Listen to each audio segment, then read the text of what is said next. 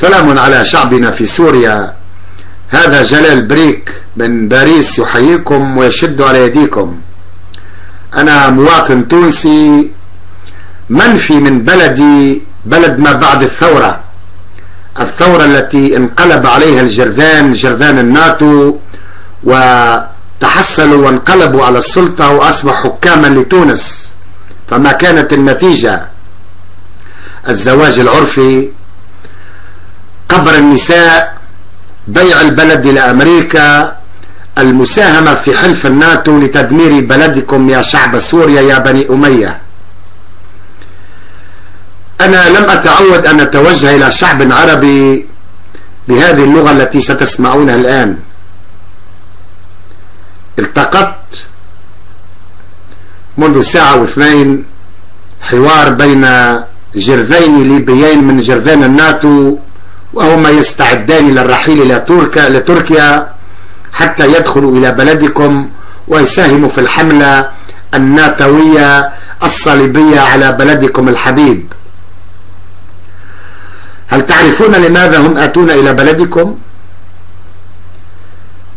يكتبان يعني بالعربية الفصحى: ومن لم ينكح شامية مات أعزب، ومن لم ينكح جارية شامية مات أعزب.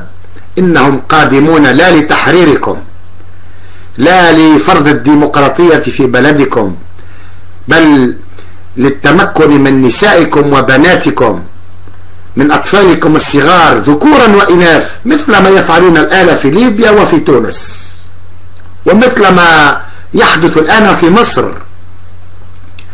الجرذان يزحفون زحفا على بلداننا، والهدف النهائي والأخير هو طهران، ولن يدخلوا طهران إلا بسوريا، ولن يدمروا حزب الله في لبنان إلا بسوريا، ولن يتمكنوا من الجولان باتفاقية نهائية إلا بسقوط سوريا وطهران وحزب الله.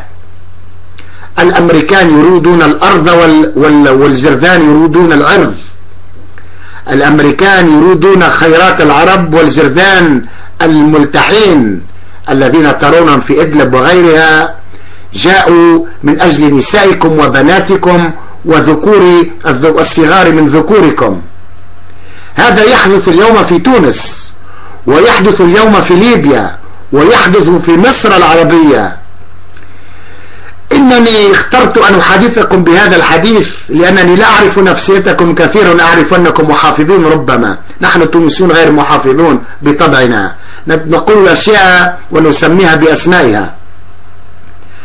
لا يمكن لكم أن تنسوا أن نظامكم وطني، ولو كان غير وطني لباع القضية والأصبح صديق أمريكا، ولانهالت عليه دولارات الخليج، وأصبحت نساؤكم سلعة رخيصة للتجارة الجنسية التي تقوم بها جرذان وأمريكا في تونس وفي ليبيا في مصر اليوم وفي هذه اللحظات التي أحدثكم فيها. العالم كله يعرف أن أجمل نساء الأرض هي نساء الشام، والشام هي سوريا الكبرى، سوريا بني أمية. إنهم الجرذان الملتحية لا تأتي للتحرير، بل أتت وستأتي إليكم من أجل الفروج. يا شعب سوريا، احموا بلدكم وساندوا جيشكم، فالجيش وحده لا يكفي. الشعب السوري يجب أن ينتفض، لا على النظام بل على الجرذان التي تريد الإطاحة بالنظام. أنا لست بعثيا ولم أكن بعثيا البتة، لكنني أثق ثقة اليقين أن النظام السوري نظام وطني، وهذا أمر تاريخي. النظام السوري لو لم يكن وطنيا لما أرادت أمريكا ولا صهيون الكيان المصطنع الذي قتل أبنائكم في الستينيات وفي الأربعينيات. يا أحفاد سرايا القدس، يا أحفاد القسام، لا يمكن أن ترضوا بالمهانة والمذلة بسبب الحرية. الحرية تفتكونها من النظام من الداخل، وهو موافق على ذلك وأراد ذلك، ولا تأتوا بالجرذان ولا تأتوا بالأجنبي حتى يحرركم ويفرض الديمقراطية. منذ متى كانت تركيا حبيبة لكم وهي التي تمنع عنكم الماء، وهي التي تمنع عنكم الماء، وهي التي تمنع عنكم الماء، واليوم ترسل إليكم الجرذان، جرذان الفرنسيس والطليان والأمريكان حتى يزحفوا على دمشق. دمشق العروبة، دمشق العزة، دمشق المعمار، دمشق الثقافة، دمشق الفن، دمشق أكبر شعراء الأرض. نزار قباني يشهد باسمه في تونس وفي كل بلدان العرب. أنتم روحوا هذه الأمة، فلا تسقط يا دمشق، فلا تسقط يا دمشق. كونوا رجالا مثلنا نحن نحارب الإخوان المجرمين اليوم في تونس. أنا تونسي، مواطن تونسي، محروم من حق العودة إلى تونس لأنني ضد نظام الجرذان، وإن دخلت بلدي فسوف يذبحونني تذبيحا.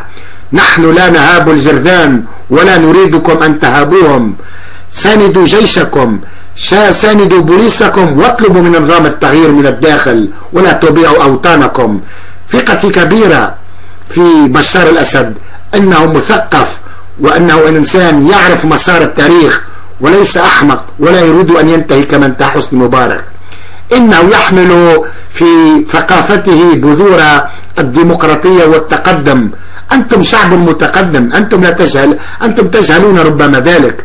أنتم في نعمة، ومن كان في نعمة ولم يشكر خرج منها ولم يشعر. سلام على شعبنا في سوريا، وتحية إلى نساء سوريا وإلى شرف نساء سوريا. سلام عليكم. هذا جلال بن علي بن محمد بريك التونسي يحييكم من باريس ويشد على يديكم، وإنها لثورة حتى النصر على كل جرذان أمريكا.